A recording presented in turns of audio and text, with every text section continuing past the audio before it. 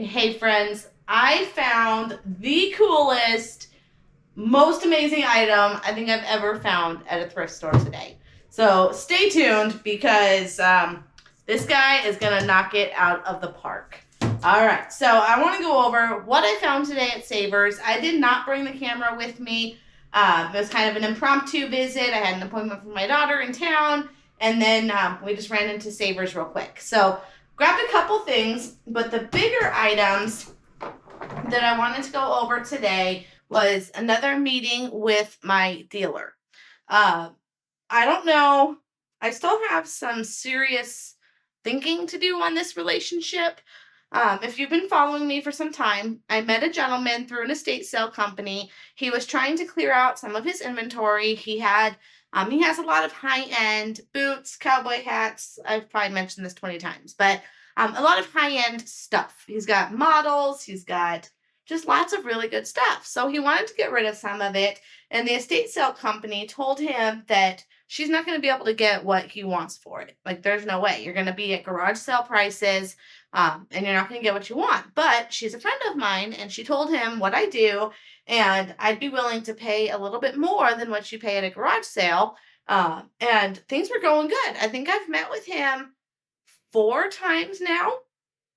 Each time I go, I always leave with an uneasy feeling. It always takes me a minute mentally to accept that I just paid $600, $700 in inventory. But today may have been the last one. We were talking, and he said he wanted to clear out the rest of his new boots. So he brought out, there was like 5 more that I didn't grab. So he brought out both of these stacks, and old relationship, our old setup was $30 for new boots. It was $20 for new shoes. It was $10 for open shoes, open boots.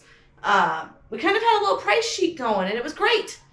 Today, he tells me that he can no longer give it to me can no longer give it away to me, was his words. While he was still very nice about it, and I was still very nice about it because I hate confrontation. Hate it.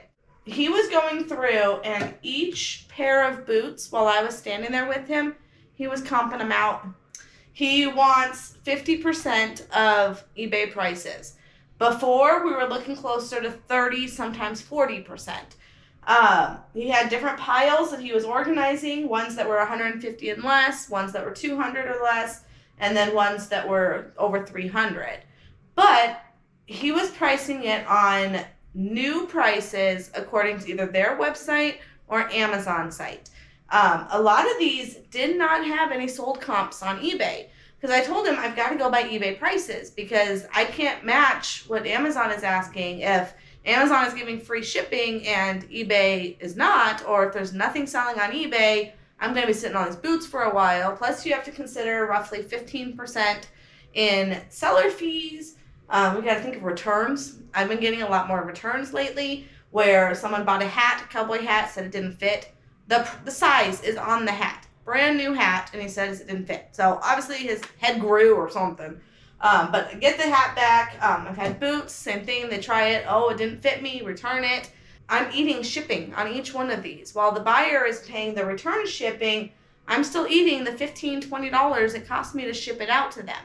So I can't afford to be into these boots 50%. And that's where I'm really torn. So today I left with these 8 pairs. There were, I want to say, was this all of them? Yes, it was. I think there were 3 that were 80 and 4 that were 60. I think that's right. So I was in at a total of $520 is what I paid for all of them.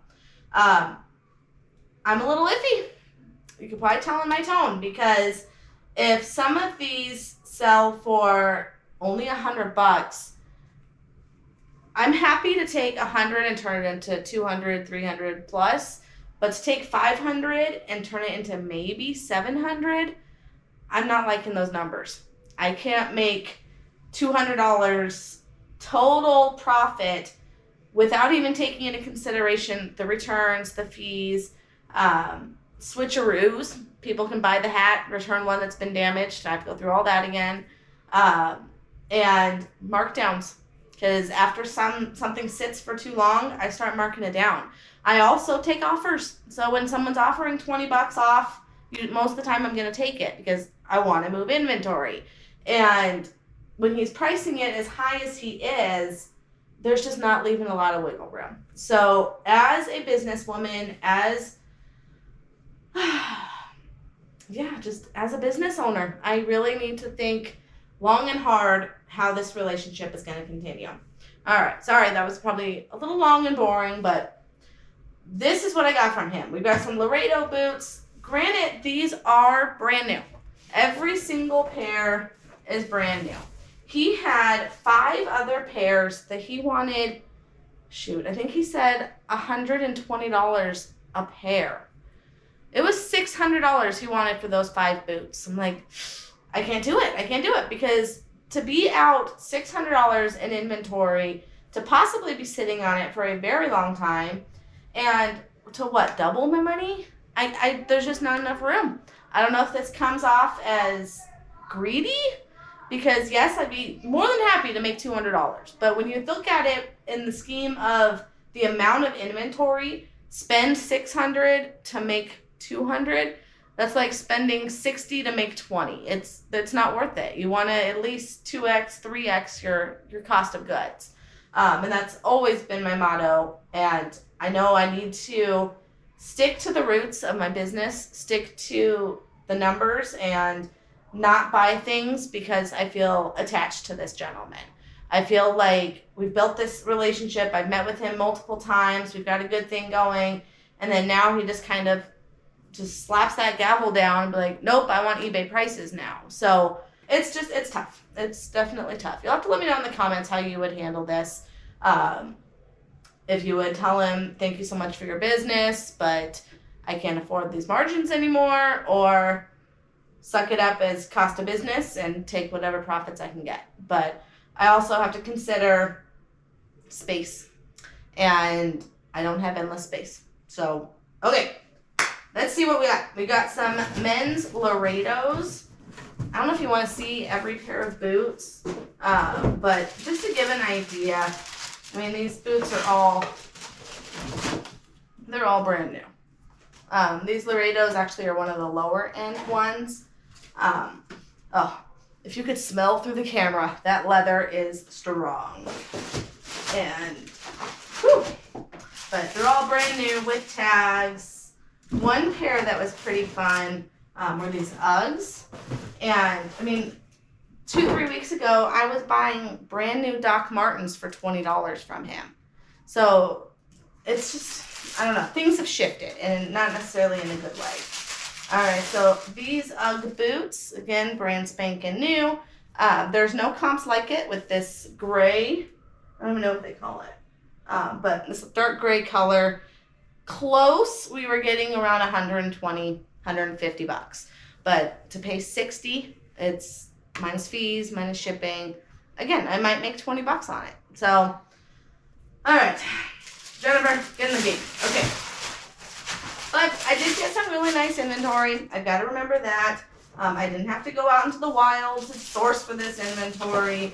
And I know it's all good quality. Dan Post, these are the sleepers. I didn't realize this was actually a pretty high-end boot brand. I thought it was your Laredo, your Ariat, but it turns out these Dan Post are some really good ones. Like these, this one here is a Python boot.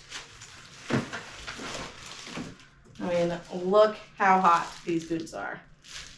Super pointy toe. Yeah, so I don't remember which ones I paid 80 and which ones I paid 60, but in the end, I'm just going to total it as the 520, and as they sell, I just keep a spreadsheet knowing the gross total. That's what I've done before with the other lots, because I'll spend $600 and have shelves and shelves of stuff. Okay, so that's the stuff that I got from my boot dealer. Okay, just those 8 shoes.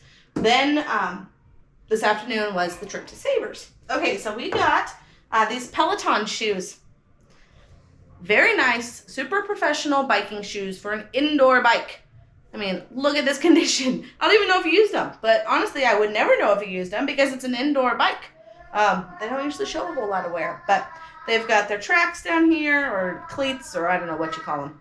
But super, super clean. They're worth about $50, and I paid 10, but I had a 20% off coupon, so technically I paid 8 for those. Then a guy brought out a whole bunch of video games. I scanned and looked up probably 10. There was quite a few. A bunch Wii U, Donkey Kong, this was the Sonic. There was a few, and I looked all of them up, but they were only worth about $10.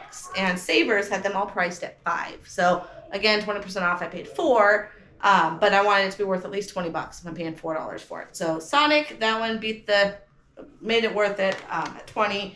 And then this Super Mario All Stars, come on, for $5. This has the Super Mario 1 through 3, I think it is. Yeah, it's got Mario 1, Mario Lost Levels, Mario 2, Mario 3, and then it has a 25th edition, 25th anniversary CD, like a soundtrack. But amazing condition, and both of these are actually in really good condition at $4 each. But the best find my daughter found goes to this Red Bull can. All right, you guys. I could not believe this thing. They didn't have a price on it at first. So I asked how much it was. They literally just brought it off of a car. So they rolled it inside. It has a couple little, I guess it's foam, little emblems of Red Bull. And then this ginormous cooler. It is on wheels. It's on casters. It's in really good condition. It does not, she says she had to test it. I'm like, it's a cooler. You don't test it. It's not powered. You put ice in it, there's a drain, and it's just a cooler. But how freaking awesome is this thing? So I actually have this guy listed local at $175. I paid $18. Less than that. Maybe $17. It was $20 minus 20%, so whatever the math is, $16, $17 for this, you guys. The best part was her wheeling it around Savers for the roughly 45 minutes we were walking around that store. My little 9-year-old daughter is pretty much as tall as this, so that was worth it in itself. Today was kind of an ups and down. I still need to process how I'm going to handle the boot relationship, but in the meantime, super happy about this amazing Red Bull find. If you like what you saw, if you like this type of content, you know the jig, hit that thumbs up and subscribe, and I will see you on the next one. Thanks for watching.